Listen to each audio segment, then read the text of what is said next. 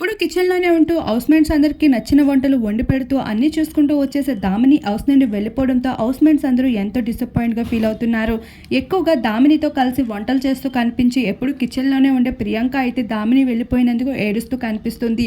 శోభా శెట్టి తనని ఓదారుస్తూ ఉంటుంది. ఇంకోవైపు సందీప్ కూడా ఏడుస్తూ ఉండగా రతిక, మలొక వైపు పల్లవి ప్రశాంత్, గౌతమ్ వారందరూ ఓదారుస్తూ కనిపిస్తారు.